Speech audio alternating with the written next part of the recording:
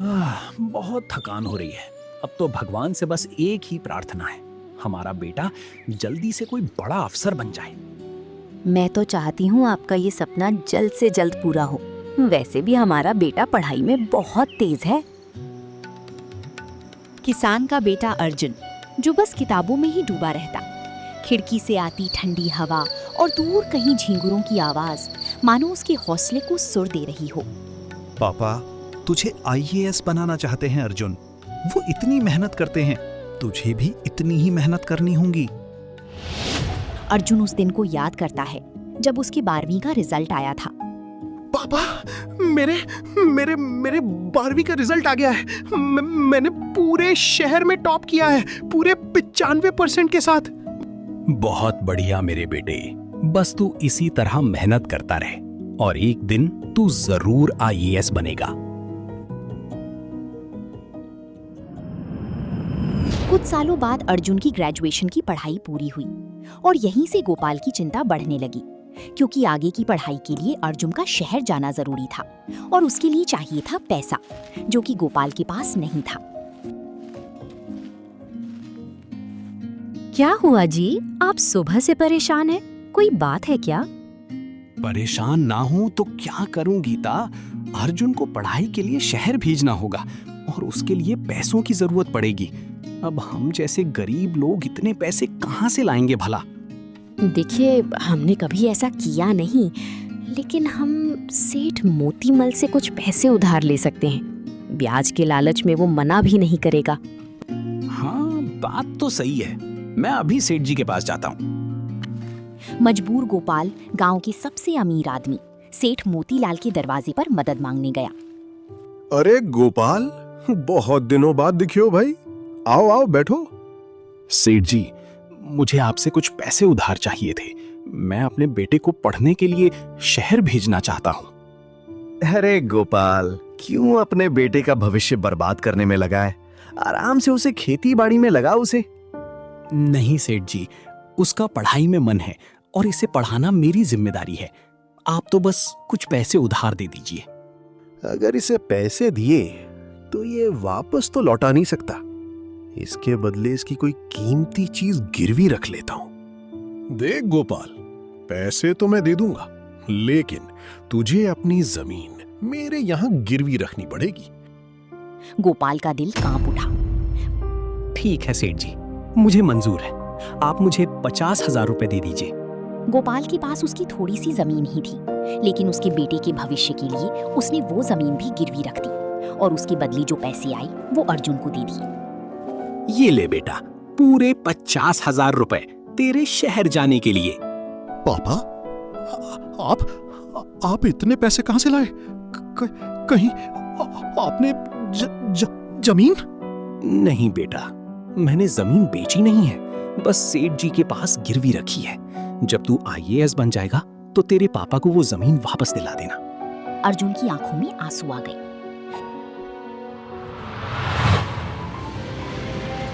कुछ दिनों बाद अर्जुन शहर पहुंचा। ऊंची इमारतें, तेज रफ्तार जिंदगी, अनजान चेहरे, सब कुछ नया था, सब कुछ पराया।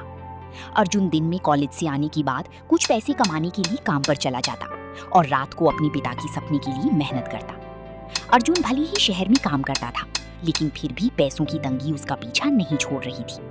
कई बारी तो वो चाय और बिस्किट के सहारे ही दिन निकाल देता था। इधर गांव में खेत छीन जाने से गोपाल और गीता के पास कमाई का कोई जरिया नहीं बचा था। घर का राशन खत्म होने वाला है, पैसे कमाने का कोई जरिया भी नहीं बचा। अब आप ही बताइए, क्या करें? गीता, मुझे लगता है हमें यहाँ सब कुछ छोड़कर शहर चले जाना चाहिए। वहीं जाकर कुछ काम मिल सकता है। रामू और उसकी पत्नी दोनों भी कुछ पैसे कमाने के लिए शहर चले गए और सड़क के किनारे एक छोटी सी झोपड़ी में रहने लगी। गोपाल किराए का ऑटो चलाने लगा और गीता लोगों के घरों में बर्तन झाड़ू का काम करने लगी। आखिर कब तक हमें यहाँ इस झोपड़ी में रहना पड़ेगा? हम अर्जुन को बताकर उसके साथ ही क्यों नहीं रह लेते? नहीं गीता, ऐसा करने से कहीं हमारी चिंता में उसका पढ़ाई से ध्यान ना हट जाए।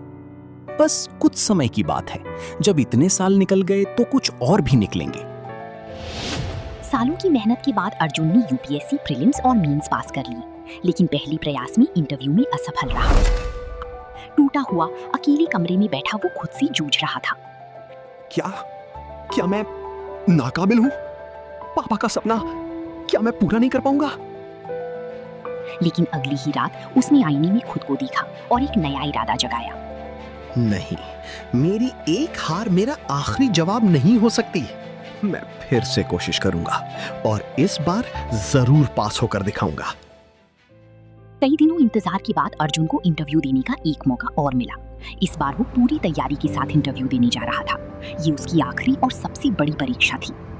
अर्जुन सड़क किनारे गाड़ी ढूंढ रहा होता है, तभी बादल गरजे और बारिश शुरू हो गई। अर्जुन घबराया हुआ फुटपाथ पर खड़ा था। गाड़ी नहीं मिल रही थी। वक्त हाथ से फिसलता जा रहा था। हे भगवान, गाड़ियां भी नहीं मिल रही हैं। अगर आज वक्त पर नहीं पहुंचा तो मेरी सालों की मेहनत पर पानी फिर जाएगा। तभी बारिश को चीरता एक ऑटो उसके सामने आकर रुका और चेहरे पर गमछा बांधे एक आदमी बोला, यार बारिश में क्यों भीग रहे हो भाई? कहीं जाना हो तो मैं छोड़ दूं। भाई साहब, आज मेरा आईएएस का इंटरव्यू है। आधे घंटे के अंदर मुझे सेंटर तक पहुंचना है। आप मुझे किसी भी तरह टाइम से पहले वहां पहुंचा दीजिए। बैठो बेटा, मैं तुम्हें टाइम से पहले ही वहां छोड़ दूंगा। वो आदमी और कोई नहीं, खुद गोपाल था। उसने चेहरा छुपाया था क्योंकि वो नहीं चाहता था कि बेटा इंटरव्यू से पहले भावुक हो जाए। ये लीजिए भाई साहब, मेरी तरफ से कुछ पैसे। मेरे पास बस इतने ही है। रहने दो बेटा, ये पैसे तुम अपने पास रखो, तुम्हारे कभी काम आएंगे। सेंटर के बाहर उतरते ही एक तेज हवा का झोंका चला और गोपाल की सर से गमछा उड़ गया। पापा, आप यहाँ? आप शहर कब आए? और माँ कहाँ है? और ये ऑटो, ये सब क्या है पापा? ये सब बातें छोड़ो बेटा, अभी तुम्हारा इंटरव्यू देना ज्यादा जरूरी है। जाओ और अच्छे से इंटरव्यू देकर आओ। मैं यहीं तुम्हारा इंतजार करूंगा। पिता की बात मानकर अर्जुन इंटरव्यू देने गया। उसके मन में इस बार आईएएस बनने का जुनून था। गोपाल बाहर अर्जुन का इंतजार कर रहा था।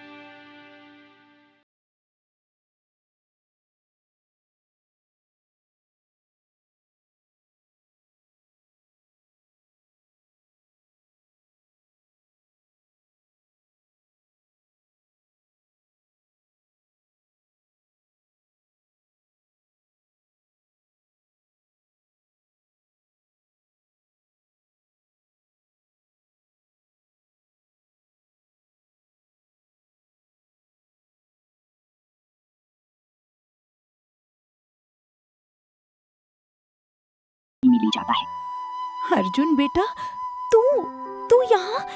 तू ठीक तो है ना? कैसी चल रही है तेरी पढ़ाई? माँ, पापा, आप दोनों ने कहीं बताया नहीं आपकी क्या मजबूरी है और आप यहाँ इस हालत में रहते हैं। बेटा, हमारी चिंता में कहीं तेरा पढ़ाई से ध्यान ना हट जाए, बस यही सोचकर हमने तुझे कुछ नहीं बताया। अर्जुन की आंखों में आंसू आ जाती हैं। अब आप दोनों को यहाँ रहने की कोई जरूरत नहीं है। अब आप दोनों मेरे साथ मेरे कमरे में रहेंगे। वो अपने माता पिता को अपने कमरे पर लेकर चला जाता है। कुछ महीनों बाद वो दिन आ गया जिसका पूरे परिवार को इंतजार था। रिजल्ट की वेबसाइट खुली और अर्जुन का नाम मेरिट लिस्ट में चमक रहा था।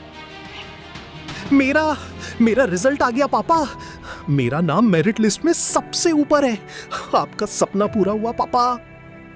बहुत बढ़िया मेरे बच्चे, मैं जानता था तू एक दिन जरूर आईएएस बनेगा और आज वो दिन आ ही गया।